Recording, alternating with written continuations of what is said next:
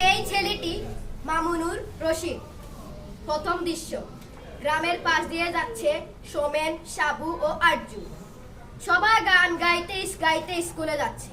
বেশ তারা তাদের। এক সময় হঠাৎ থেমে যায় আরজু। ওরা আরজুকে ফেলেই চলে যায়। আরজুর ব্যথা পায়। সাবু ফিরে আসে। সাবু, কি হলো আবার? আরজু, আমি যার হাঁটতে পারছি না। সাবু, রোজ রোজ তোর জন্য স্যারের বকুনি খেতে পারবো না।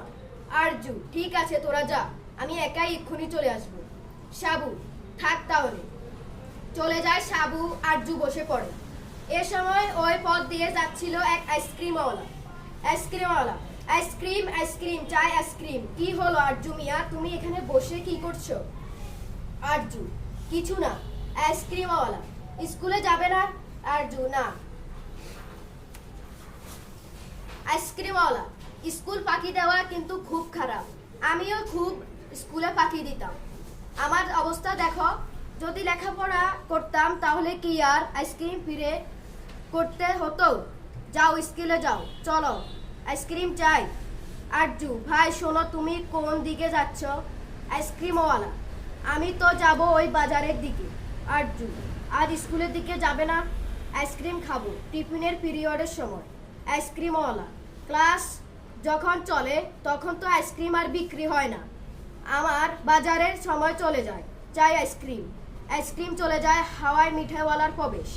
আরজু, ভাই শোনো, হাওয়াই মিঠাইওয়ালা, শুধু শুধু ডাকছো কেন? এভাবে সময় নষ্ট হলে আমার হাওয়াই মিঠাই যে শূন্য মিলিয়ে যাবে।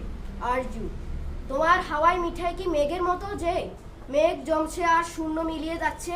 হাওয়াই মিঠাইওয়ালা, হ্যাঁ, মেঘের চাইতে অনেক হালকা, তাই তো মিলিয়ে যায়। চাই হাওয়াই মিঠাই, চলে যায়।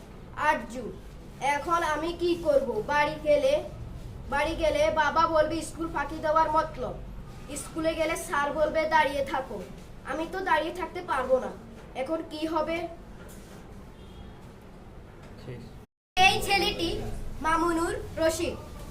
প্রথম দৃশ্য, গ্রামের পাশ দিয়ে যাচ্ছে সোমেন, সাবু ও আরজু। সবাই গান গাইতে গাইতে স্কুলে যাচ্ছে। বেশ তারা তাদের। এক সময় হঠাৎ থেমে যায় আরজু। ওরা আরজুকে ফেলেই চলে যায়। আরজুর ব্যথা পায়।